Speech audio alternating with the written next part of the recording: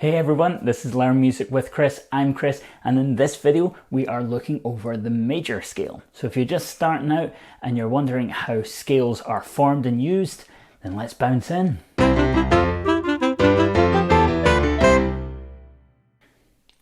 So learning and understanding scales is crucial with whatever type of music you want to play, whether you want to do exams or if you're just learning for fun. Not only will it help with your physical playing and strengthening your fingers, it will also help with your understanding of music theory, which just makes your life a lot easier. First of all, let's look over at some basic rules that the major scale follows. Number 1, that the major scale has 8 notes in it. Number 2, that the first and last note will be the same. The third rule is that every other note can only be used once. And the fourth rule is that the major scale follows the formula of WWH, WWWH. What? I know. That last one seemed a little bit complicated. Let's look over that one.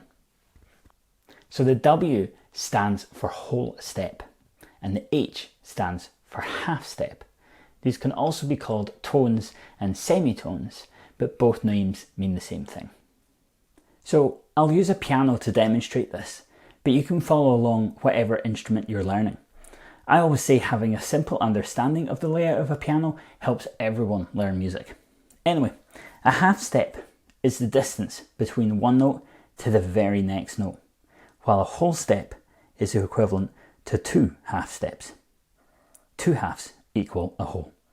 So if we start on a C and follow the formula I mentioned earlier, we would have C to begin with, then a whole step will take us to D, another will take us to E, then a half step will take us to F, then another whole step to G, then A, then B, and another half step to finish off will bring us back to C.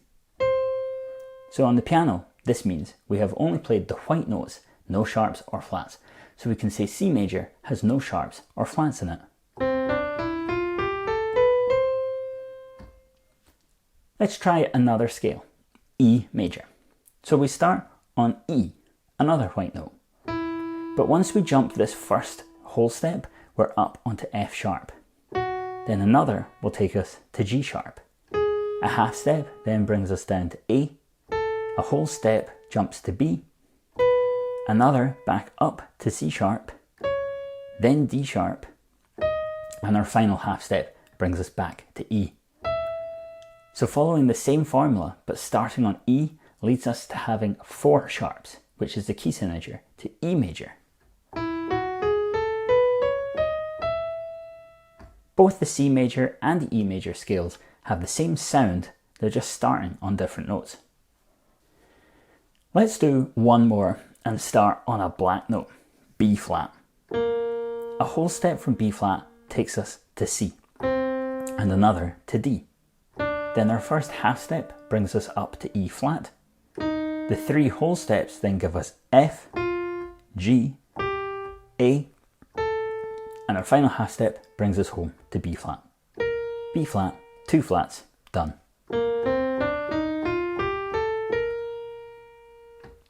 You might be wondering, why is it B flat and not A sharp?